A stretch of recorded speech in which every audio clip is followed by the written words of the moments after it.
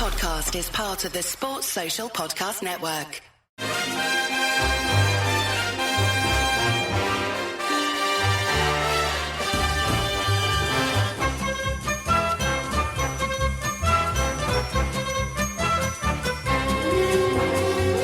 Hello everyone, I'm Chris Wynn. Welcome to How Are the Podcast as we count down the days and hours until the first leg of our playoff semi-final, even though there's still 2 games to go.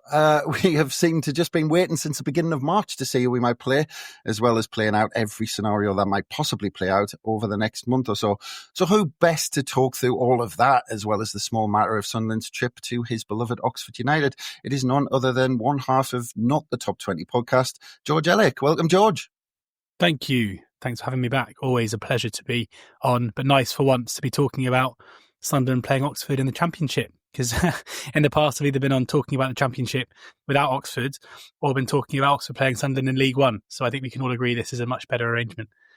Well, yeah, I'm gonna get into that because we had a few odd rivalries that came out of League One, but we'll get into that because when I was looking, all seems to be going strong with Not the Top 20 podcast, and I live in Sheffield, and I saw you've announced a live show just down the road to me at the Crucible on the 5th of July.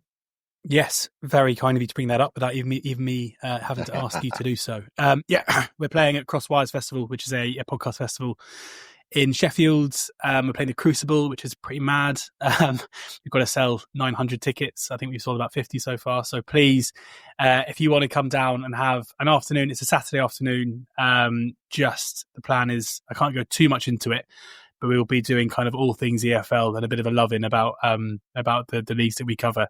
And Sunderland may or may not feature. I cannot confirm. But yeah, it's Saturday, 3:00 kickoff, as all football events should be.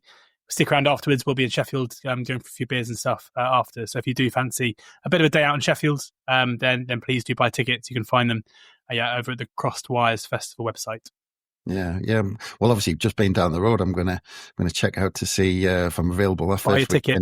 That's it. Well, 3 to 5 as well. Perfect. Go out for a few beers. Yeah.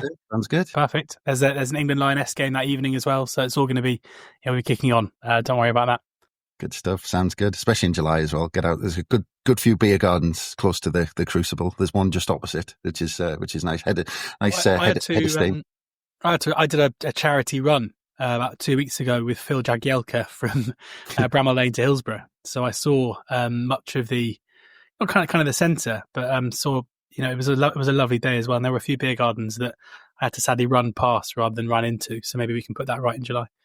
That's it. Well, you can run from one to the other, end up in Calamari. Anyway, that sounds like a good day out. But at this stage of the season, I imagine the workload's kind of ramping up a little bit with kind of all the scenarios that might happen, top and bottom, playoffs, and all that.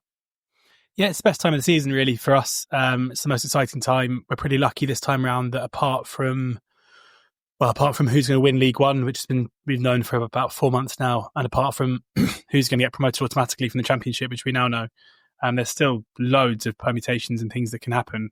The race for 5th and 6th in the Championship is obviously very exciting. The race for 4th, less so. The relegation battle in the Championship is manic. In League One, we've got a really good promotion battle and a big tussle for the playoffs between Reading and Leyton Orient. Relegation down there's one spot that's still kind of being fought for. So there's loads going on, and that hasn't even brought in the ridiculous League Two where seemingly no team can string 2 wins together. So it does feel like this year in particular, we've got a really strong end to the season. And sometimes it can all kind of be tied up before the last game of the season, but there's no way that's going to happen this time around. Yeah. Well, let's start with the Championship, of course, and talk about it in general before we get on to Oxford Sunderland. But look, that top 3, Leeds, Burnley, Sheffield United, I mean, they've been kind of fighting it out all season until Sheffield United have imploded later on. We've tried to hang on to their coattails behind them, and then there's a big glut of teams behind fighting it out for the other 2 places. I mean, that top 3, is it lazy to say that that's just becoming predictable with, I mean, we'll get into it as well, but the agents' fees, you look at Leeds have spent 18 million over the last year in agents' fees, and then Burnley and Sheffield were next on around 5 million, and then everyone else behind them. I mean, is that just the way it is now with the amount of money that these clubs are spending? It feels like it is, and there's obviously a massive disparity between the teams who are bouncing between the Championship and the Premier League and everybody else. We don't have to go that far back to think of the likes of Norwich and Watford, who came down from the Premier League and have basically struggled to get out of mid-table ever since they did. That was only a few seasons ago. Similarly, you've got Nottingham Forest, who came up out of the Championship through the playoffs, and yet they made heavy weather of staying up in their first season, but they now look like they're going to qualify for the Champions League. So it is possible for teams to break the mold, but this is the second season in a row where we're just seeing teams kind of bouncing between the two. When it comes to the kind of top three or the big three, Leeds should have been promoted last season. In any other season with their points tally, they would have won automatic promotion. They probably should have picked up more points than they did over the course of the season in terms of their performance level. And normally when a team is as good and as much better as the rest of the league, then they get promotion. And to their almost a kind of a rule unto their own. And I anticipate that they should, albeit, Daniel Farke doesn't have the best record of translating top Championship teams into Premier League teams. But I think they make a better fist of staying up than the three teams who are coming back down again. And similar with Burnley, where they're, it depends with the players they keep, but their defensive unit is so strong that it's hard to see them shipping the kind of goals that we often see teams do. But maybe I'm being a bit naive here, and they will just be much worse than everyone else, and I'll see them cut back down again. But Sheffield United are the ones where I think Chris Wilde has done an incredible job to get them into the position where they are, even if they do finish third. Like they came down as a really poor side with quite a lot of off-field instability, with a 2-point deduction, needing to recruit quite a lot of players. So even though they have finished third, I wouldn't necessarily have them down as one of these clubs that come down from the Premier League with embarrassing riches and players way better than everyone else. I think it's more just a case of in the season that's gone, Wilde has done incredibly well to keep the pace with those two for as long as he did. Whether or not they'll be favourites for the playoffs, but whether or not they can convert that is yet to be seen. Yeah. I mean, because I can't decide whether we're just going through a bit of a blip, whether this is just a coincidence it's happened a couple of seasons in a row, or whether a serious conversation needs to happen regarding the parachute payments. Because, surely the fact that we have parachute payments to rectify something tells you that there's an issue somewhere, and we're just putting we're just putting a sticker plaster over it. 100%. I mean, I think the abolition of parachute payments would be the first step to sorting out English football, really. There has to be some kind of mechanism to ensure that Premier League clubs who lose the Premier League money that they get, that they aren't left in a difficult position. But at the same time, because of the nature of the teams are consistently getting promoted from the Premier League and then relegated back down again, rather than it being a loss of earnings, it's more like just a windfall. Like Ipswich go up for one season and have a massive cash windfall from being in the Premier League for a season and come back down again, and then have the benefit of parachute payments off the back of it. Like and there's another argument as well, where it's creating an environment within the Championship where clubs just consistently overspend their means in order to try and get their piece of the pie, and in order to try and secure their Premier League money for one season. And then the parachute payments come after that. If you look at Reading's demise, Dai Yong, before he turned into what he is now, which I'm not going to say any words because I don't think I can probably get away with it, but he initially came in and spent a lot of money badly to try and get them promoted to the Premier League. You could look at other occasions, like look at West Brom and the financial issues that they had, where they had to get promoted before their parachute payments ran out and they failed to do so. It creates just a really bad economic climate, really, within football, where you're incentivizing overspending. You are creating a massively unlevel playing field between the Premier League clubs and the Championship clubs. And it's frustrating to watch from our perspective that this gap between the Championship and the Premier League gets wider and wider. And to be honest, I go to the Championship playoff final every year. I go to, if I can, all three playoff finals every year. And with League Two and League One, I was lucky enough to be a fan of the League One playoff final last year and a fan of the team that won it. And there's just no better feeling. Whereas I sit there and I watch the unbelievable scenes when Southampton go up, or whoever it is they go up in the Championship playoff final, and I sit there and just think, you're going to be miserable in 2 months, and then you're going to come back down again. And that's the way that it is now. And that might be Sunderland, in a couple of weeks' time. And I guess that there's an element with Leeds and with Southampton and these clubs who are kind of Premier League mainstays, Leicester even, who think that when they get there, that'll be it and you'll be back. And I'm sure a lot of Sunderland fans feel the same way, but, it would be an almighty effort for Sunderland to get promoted this season, stay up next season. Yeah. Well, I like that statement because throughout that you brought us up saying it's the best way, and then slapped us back down to say we'll be miserable. So it's a great day. Yeah, that's it. But I mean, again, looking at the league in general, would you say it's actually a healthy division? Because I think you touched on it there. That you've seen the problems at Sheffield Wednesday. I think there's been big problems at West Brom recently. Blackburn are in trouble. I mean, we do these reviews or previews, sorry, for each game with fans and people who do podcasts for these clubs. And time and time again, when you look into the clubs, you go, oh, well, you've been in the Championship 8, 9, 10 years, or you've got trouble in the boardroom and you've got financial trouble. Because when you go through club by club, it just doesn't feel like a healthy league. It's definitely not a healthy league. Like it can't be. It's an unstable, unsustainable league. You look at Plymouth Argyle, for example, and Simon Hallett, who's their owner, who's a friend of mine and Addy's, and a great man who's hosted us at Argyle. He's every bit the owner that you would want to have owning your football club, where he's a fan. He's got deep pockets, but he understands that spending wisely is the most important thing. He ran Plymouth Argyle at a profit or like at a non-loss, at least in getting them promoted out of League One.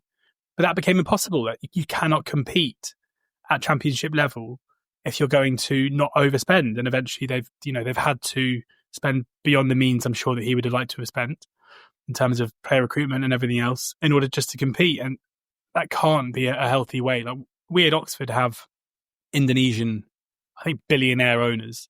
Like, in terms of pure net wealth of our owners, we're one of the richest clubs in the country. Now, that obviously doesn't translate into us being able to go out and spend £10 million on players and whatever else. But even so, we signed Ola Romani, who is, plays for the Indonesian national team in January. So you can see where the link was there. And he's a decent enough player. He looks okay. We blitzed our transfer record to sign him at about, I think, £1.5 million. Like, for us, that's huge money. And yet, it's nothing to the teams that we're competing against. And so trying to find ways to bridge that gap. I mean, obviously, that this is football. There's never going to be a completely level playing field. We don't want there to be a case where there's a spending cap of £1 million per signing or whatever else. There's always going to be some teams at an advantage in terms of their wealth and others that aren't. But the disparity between the bottom end of the spectrum, such as us and Argyle, and those at the top, such as Leeds, who, they go into the summer licking their wounds and they sell Somerville and Brutair for a combined £60 million. Like, it's like, how are you meant to compete? Yeah, exactly. Well, let's get into your love of Oxford United. I mean, how long does that go back? Pretty much forever. There was I was born in 1990. I had a brief dalliance with Alan Shearer and Blackburn when I was about 4, because I think everyone did. I think probably the year that I was born is the only year in which Blackburn had a spike of supporters living in the south of England. But then I went to my first Oxford game in 1997, and that was kind of it. Like, ever since then, I've been hooked. It helped that we had, I think, in the first season, I kind of, as a proper, going regularly with my dad and my brother, we got promoted into what was then Division 1. In Joey Beecham, we had probably the club's best ever player in his prime, who I kind of grew up watching. And if it wasn't for Joey Beecham, I doubt I'd be working in football. I doubt I'd love football as much as I do. Like, to have a player like that who you can grow up idolising was very special. And then, luckily, unlike some other people I grew up with who liked Oxford and now support other teams, I had to sit there and watch us get relegated from Division 1 to Division 2, Division 2 to what was then League 2, and then down into the conference. But thankfully, I stuck around to see us come back up again. Yeah. So it was sad when Joe Bisham kind of passed away a few years ago. I know that was kind of big for the club.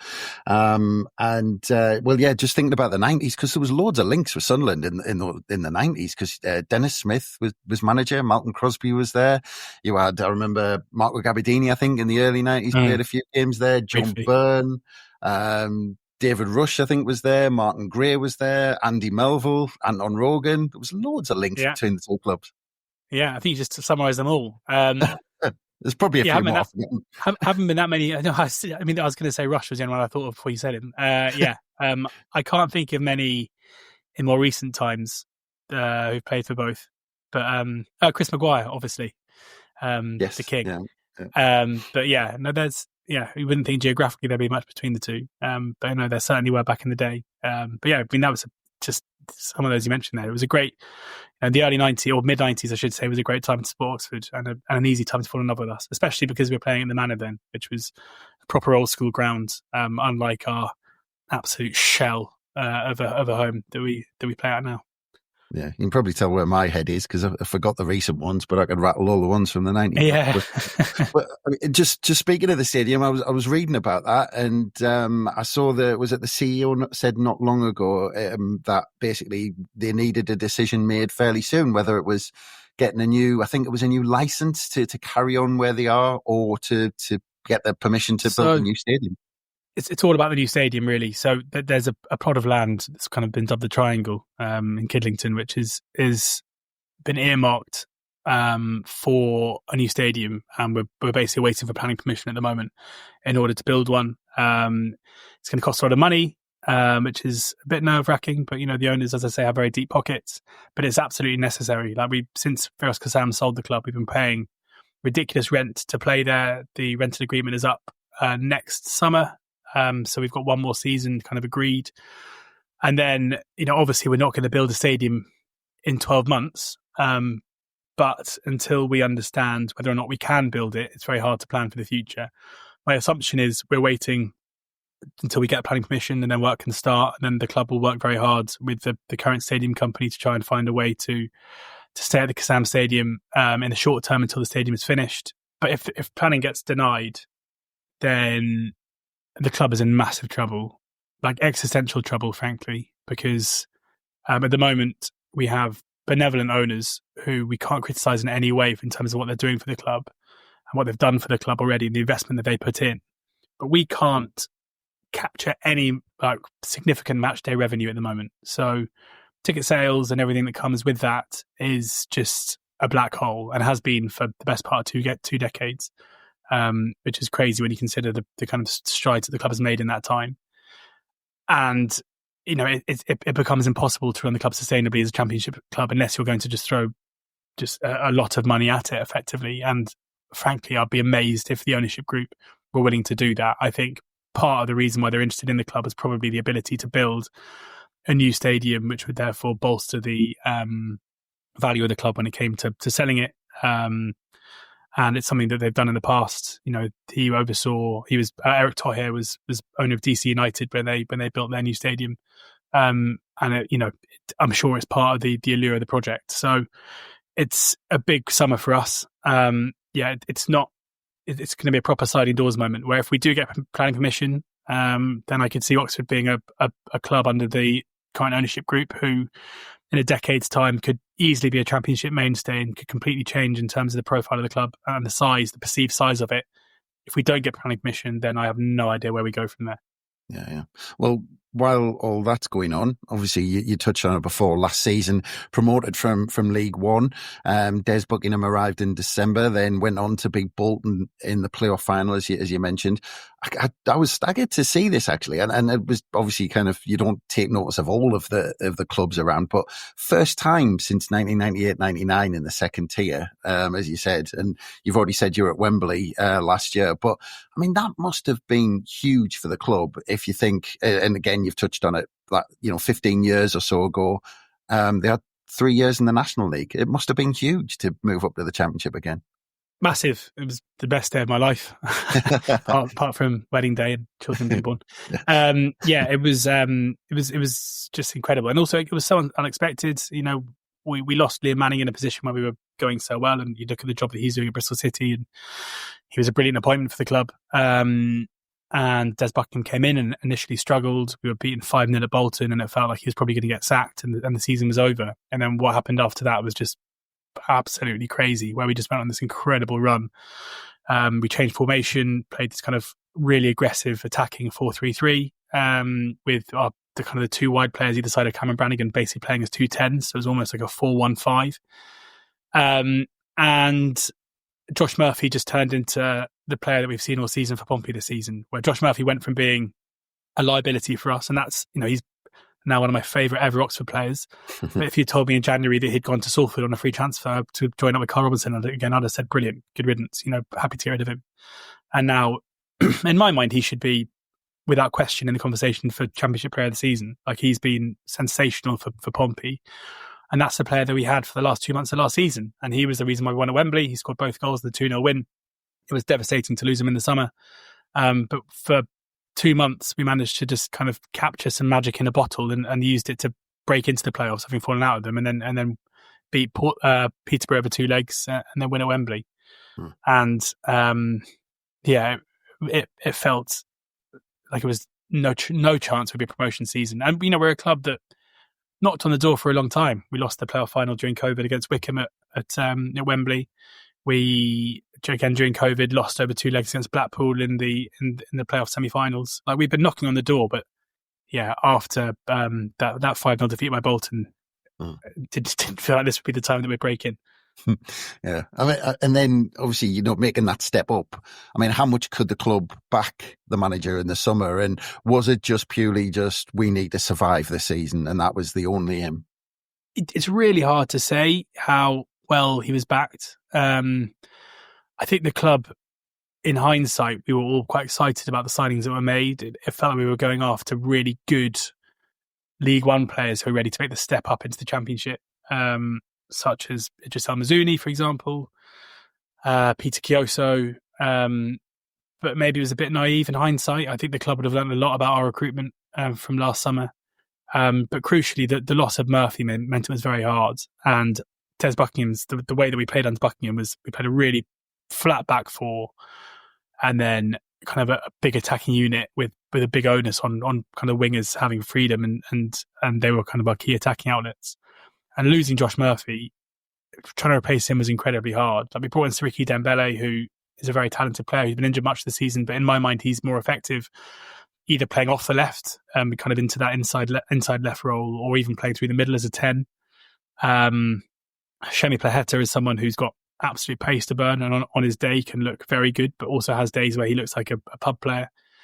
But the recruitment has been criticised a lot by our fan base, but I kind of still sit here thinking, we finished 5th in League One last season. We lost our best player. Like, it can't be that bad if we're now sitting on 49 points with 2 games to go. Like, something must have gone right, because it's we'd have all taken this before a ball was kicked. And maybe that's testament to the job that Gary Rowett's doing, where his PPG since he came into the club would have us in the top 10. Yeah.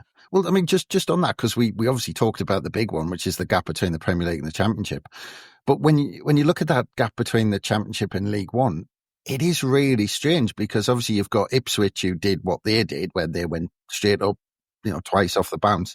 We finished in the playoffs in our first season, and then you've got Wrexham and Birmingham, which are probably outliers because they're probably expected to do well with the money they've got. But then you've always got the likes of looking at Oxford this season, where you think, well, they're going to be happy to survive. So it's an exciting gap where, a side can come up with a bit of momentum and do well. But at the same time, if they do stick with the same side, sometimes they're really struggling to stay up.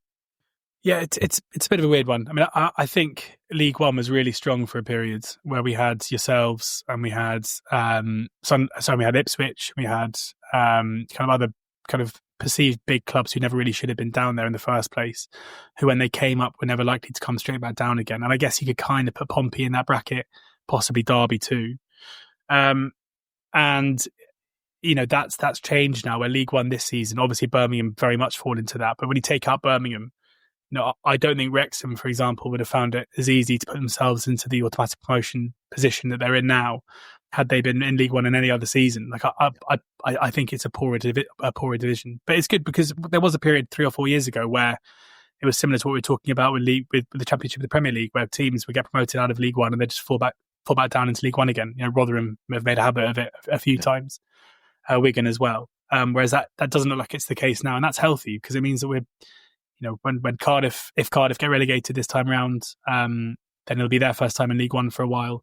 Argyle obviously survived 2 seasons in a row before dropping back.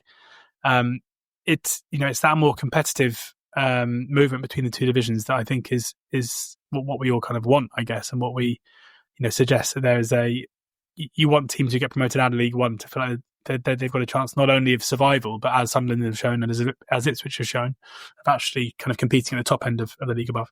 Yeah. And the start of the season, won 3 of the first 5, so happy days. I think Oxford fans were thinking this championship lark is a bit easy at the start of the season. But then you won 1 in the next 17 games after that. And then before the last game in that run, Buckingham was sacked. And at the time, it was 1 point and 2 places above the drop. But having been the man who got you there after so long, how did that decision go down with the fans? Really badly, and including myself. Like I was gutted when the news came out, and I was really surprised they made that decision. But kind of as time has gone on, we as Oxford fans are, we obviously have a big affinity towards Buckingham. He's someone who was an Oxford boy. He was someone who we all had a real affinity towards because of his history with the club, and so therefore when he was sacked, I think we all felt kind of protective of him, and we felt like we wanted him to be our manager and he represented us. But when you look at it, kind of the cold facts of it, we were dropping like a stone. The style of play that he was implementing at the club didn't really fit what we needed in order to probably try and stay up. And the club made an evidence-based decision, I guess, to say, we need to stay up this season. We have the ability to bring in someone in Gary Rowett who has done this before many times. He's taken teams with low budgets within a league and taken them not only to survival, but also managed to take them on the brink of the playoffs with Millwall in the past. The style of play isn't for everyone, but he's someone who's come in and made us much harder to beat, keeps us in games consistently. And I've got no doubt that we have a way better points tally because he was brought in. So yeah, it didn't go down very well at the time, but I think as the dust has settled, there are still a few who wish he'd never been sacked. So I think there are probably still a few that would rather be a League One club with Des Buckingham in charge, frankly, which I don't really buy. But yeah, I think the decision has been more than justified since. Yeah, and when the appointment was announced, I mean, was there any names? With Man United's give it to Giggsy, was there any names on the Oxford fans hit list where they were an ex-player or something like that, where they wanted to replace Buckingham? No, it's normally me just begging for the return of Michael Appleton, but I think sadly our star has kind of surpassed him now, given he's now at Shrewsbury. No, not really. It became, I think, relatively obvious quite quickly that they'd identified Rowett as being the kind of the candidate that they wanted to bring in, and there were a few who weren't overly sold on that because I think his reputation in terms of playing style isn't the best. But similarly, if to me, someone who kind of covers these leagues and has seen Gary Rowett and what he's done with teams in the past, it felt like a bit of a coup. I don't really understand why we were able to attract someone who's done his body of work in the Championship before in terms of elevating the level of teams. So no, I think people were on board fairly soon after. Yeah, that's it. Well, I think he's been unlucky when he has been sacked at other places. I mean, is there a slight feeling, without sounding disrespectful, but Gary Rowett, looking at the jobs he's had, Oxford might be a stepping stone? Possibly. I mean, it does feel like his what he's done already. What are people waiting for? I guess. What could he do at Oxford to make another club sit up and think, yeah, okay, we're going to hire him?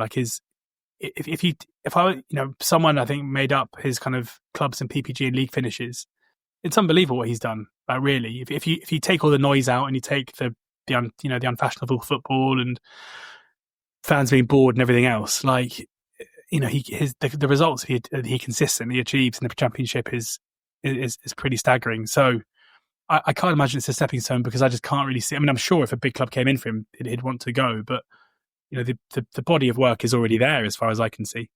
Yeah. Well, talking about results, he came in and very quickly. You went on a 9-game unbeaten run with 5 wins in that run as well. But then there was no win in 9. And you've been pretty much kind of inconsistent since. Now 3 places and 3 points above the drop with 2 to play. So I assume everyone's kind of happy with the job he's done since replacing Buckingham. You'd think so, wouldn't you? It's not necessarily the case. I think a lot of people are. I think the majority are, and are very thankful for what he's done. But there are some who grumbled about the playing style. We were atrocious on Monday. We got a 1-1 draw at Cardiff, but we only had 2 shots in the whole game. One of them, I watched the whole game, like I just can't remember it at all. It's down on the shot map as being a Tom Bradshaw header, but I think it must have been like an aerial duel from a corner that they've given him as a shot. And the other was a Cameron Brannigan free kick from 40 yards that flew into the top right-hand corner. Like, we were terrible. And it's not the first time away from home. You know, we've kind of gone to Derby and drawn 0-0, gone to Stoke and drawn 0-0. We took a 1-0 lead away at Hull and lost 2-1. You know, I think the lack of attacking intent that maybe his teams sometimes show will frustrate people. Although my point is always like, do you think Gary Rowett is happy that we had 2 shots away at Cardiff? Like, I'm pretty sure that's not the way he set us up. It's just, you know, on the day we were the worst team and Cardiff were able to stop us. So there's some frustration around that. But, you know, there's so much noise in football. Like, if Luton and Derby and Argyle, you know, if these teams hadn't suddenly gone on this run of picking up 2 points per game, and we were sitting on 49 points with 2 games to go, and we were 10 points clear of 22nd, they'd be saying, build a statue.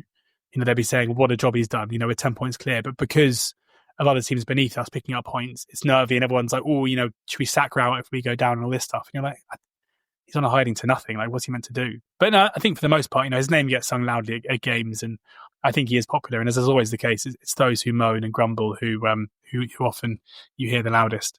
Yeah. Well, that's it. I mean, you look at it, and like you said, you've already mentioned Plymouth down the bottom, Cardiff, and Luton's the one. I mean, Luton's the one you look at, Premier League, and then potentially going straight back down to League One, although it is close because you've got Derby down there, then Hull around yourselves on 48.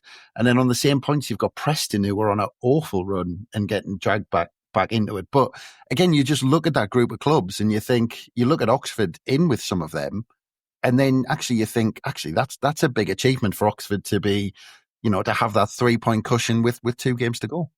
For sure. Yeah, I agree. I mean, I guess there's some frustration that there are games where we probably could have made it safe, like losing 3-1 at home to QPR wasn't great. But then, you know, that was sandwiched between 2 wins against Sheffield United and then Wednesday at Hillsborough, so you can't grumble too much. Yeah, look, if you told us before a ball was kicked that we'd be on 49 points after 44 games, everyone's going to bite your hand off. So it's been a good first season that could still end in relegation, as ridiculous as that sounds. I personally think it's pretty unlikely. You know, the bookies have us about a 16-1 shot to go down. Opta has it as a 3% chance. I think that's probably about right. You know, we're playing 2 games against Sunderland and Swansea. Swansea obviously in great form, but there's a chance that giving us something from that game will mean that Cardiff get relegated, which is quite a handy position to be in. With Sunderland, you know, who knows what kind of shape you're in coming into this. The form's obviously bad. Regis Labrie comes out after the game on Monday and says that, you know, you're going to go full strength for the last 2 games, which is I thought was quite a weird thing to say. Like, you know, if the process is we're going to rest players and we're going to, you know, build up for the playoffs, there doesn't seem to me any reason to react to a couple of marginal defeats, especially against Blackburn, where you only conceded 2 shots in the whole game and Tyrese Stoner scores 1 of them. So yeah, we probably need a point. We might already have enough now, but it doesn't mean it's not nervy. Yeah. Well, let's come on to Sunderland, because you just mentioned us there.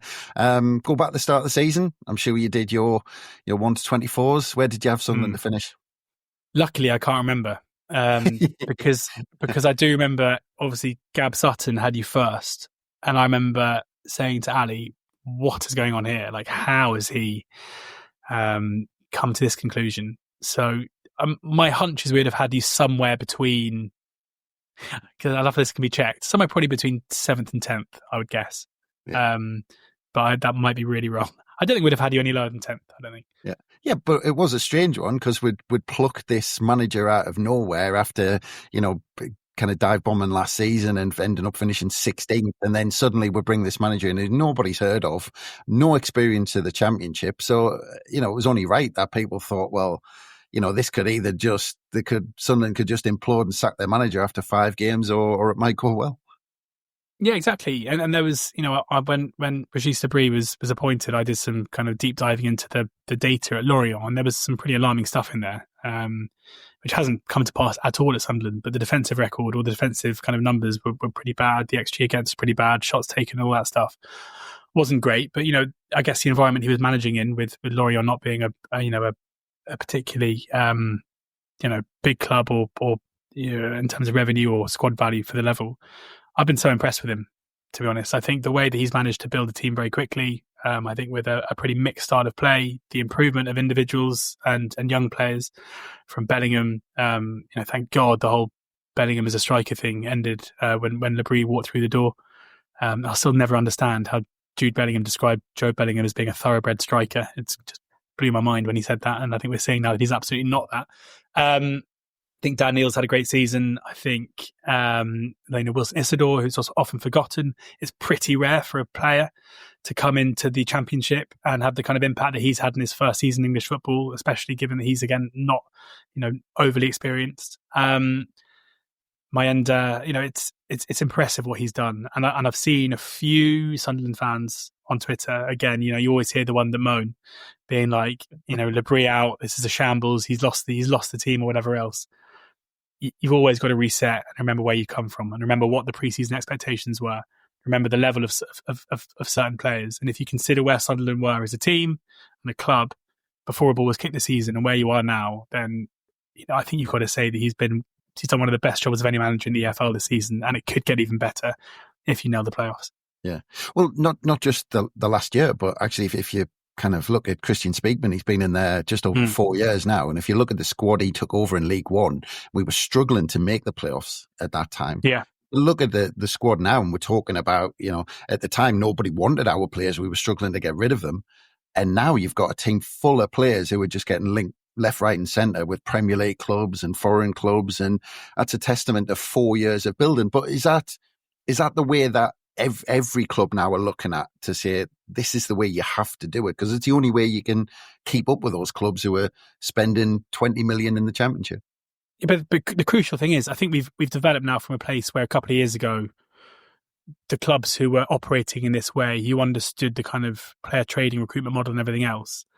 They were the ones who themselves were ahead of the curve, as it were. Whereas now, I think everyone's trying to do it, but that doesn't mean everyone's doing it well. And almost, I would say there are some who try and do the player trading model or try and be innovative in terms of recruitment who do it badly. And that kind of opens the door for others like Sunderland to do it well. Speakman's done, I think, a magnificent job in terms of what he's done, or the way the football club has developed since he's been there from a recruitment perspective.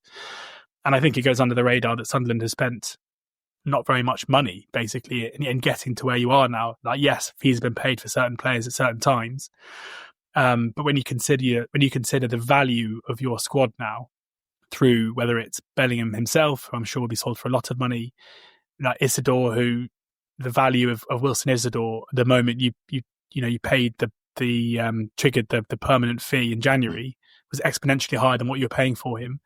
Whether it's Human Sirkin, the fullbacks, like the total transfer value of the squad now is vast, basically, and very little was spent on it. And that probably even, and I'm sure this will rattle a few cages, but like I would say that's probably the measure of how well run you are as a club and how good a job those kind of above the playing staff and the managerial staff are doing. That's the better measure than on-pitch performance, because that is showing that you are effective in terms of identifying talent, developing talent, and then being able to move it on at the right time. Yeah. And just in general this season, would you say that hanging on to those top three for maybe as long as we did, and having that gap, with waiting for our playoff opponent, do you think almost that we've overachieved in some ways? Yeah, I think fourth is an overachievement. I think you've been by clearly the fourth best team in the league, and I'd probably argue that you're closer to Sheffield United than maybe Blades have been to the top two for much of it as well. So yeah, I would say so, and that's no slight or dig at Sunderland, because if you don't go up this season, then and you keep key players, then Sunderland should absolutely be a team who are competing with the teams coming down from the Premier League. It's year on year growth, isn't it? Yeah. So I think you've overachieved to be where you are now. And I kind of fancy in the playoffs, I guess. Like, you have to look at Southampton last season to see that form going into the playoffs isn't everything, because the season starts hopefully not on Saturday. Hopefully when he takes the field in that semi-final first leg. Yeah, I mean, have you obviously you keep an eye on the leagues a lot closer than we do, but have you ever seen a scenario where a club's waiting from almost the beginning of March to see who they're going to play in the playoffs like this?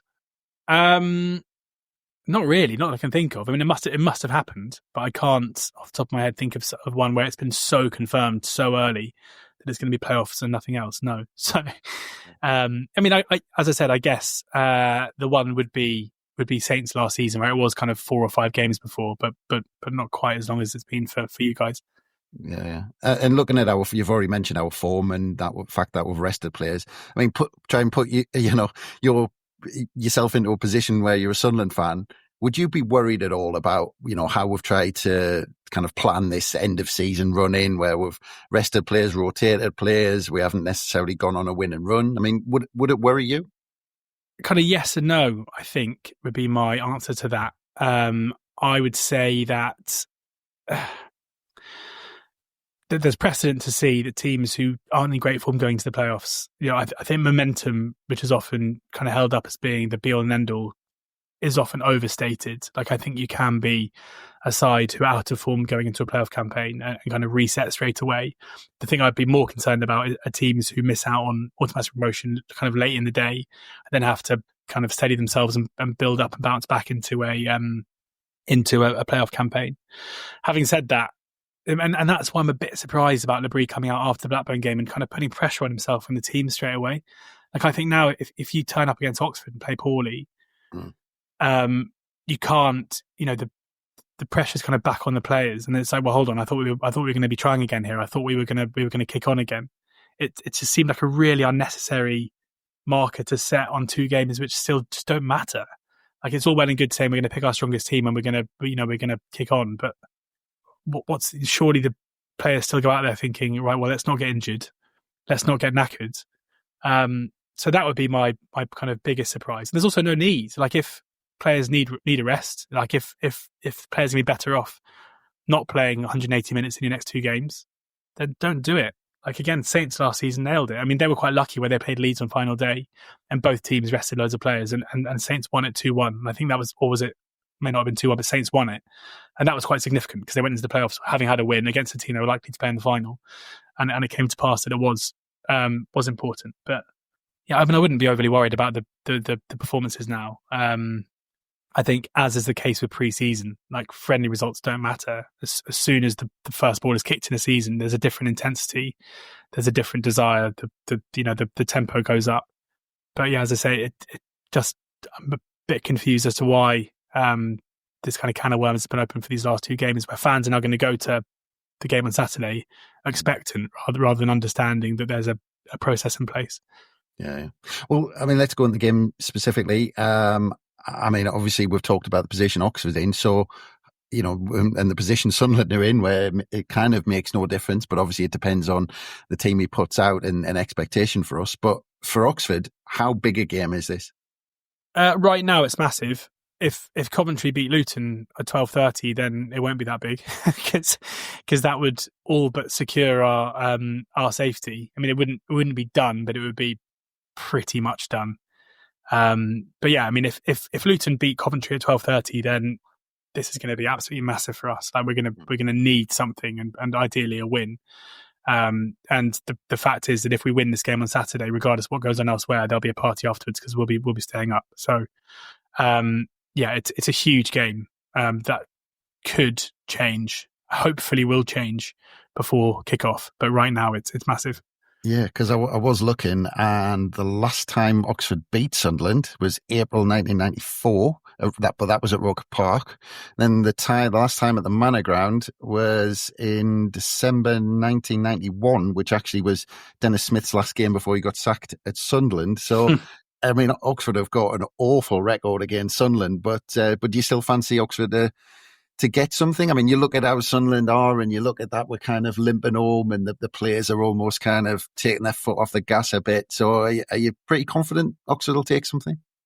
I'm pretty confident we won't be well beaten. Under Gary Rowett, we haven't been 2 goals behind in a game going into injury time once. Like, we've lost games by 2 goals where we've been chasing a game and been hit late.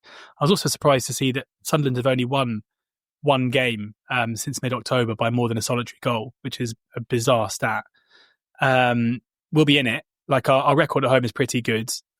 We only lost 1-0 to Leeds last time out at home, and we gave them more of a game than most sides do.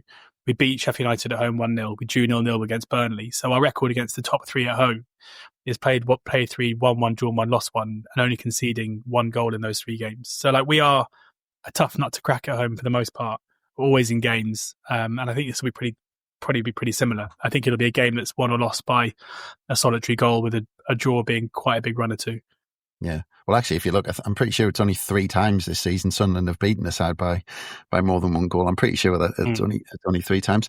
But you're confident that Oxford's going to be in the Championship again next season? No.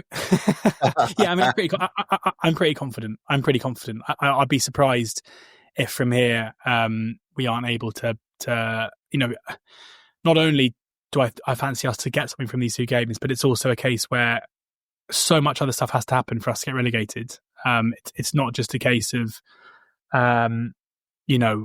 we have to pick up these results or we're going to be in trouble, in my mind. So, yeah, I think we'll be okay. It's definitely not done, but I think we'll be okay. Okay, you heard it here first. Oxford is staying up for George Elek. But are you going to be able to get along to the game on Saturday?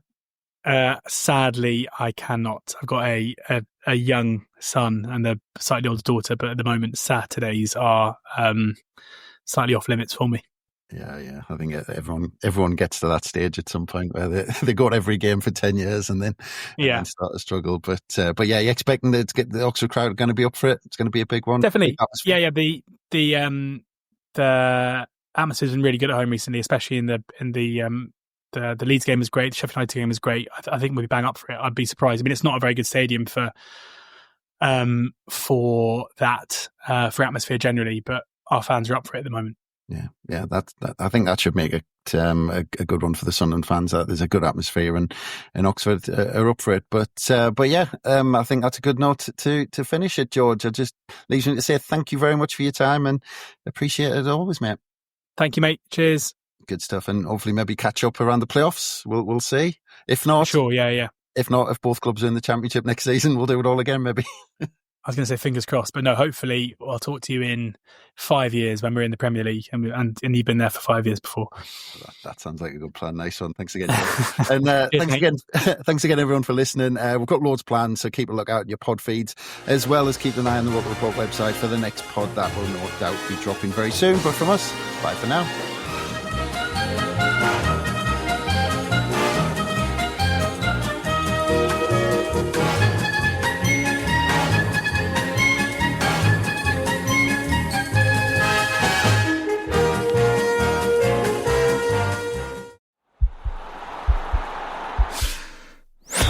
This podcast is part of the Sports Social Podcast Network.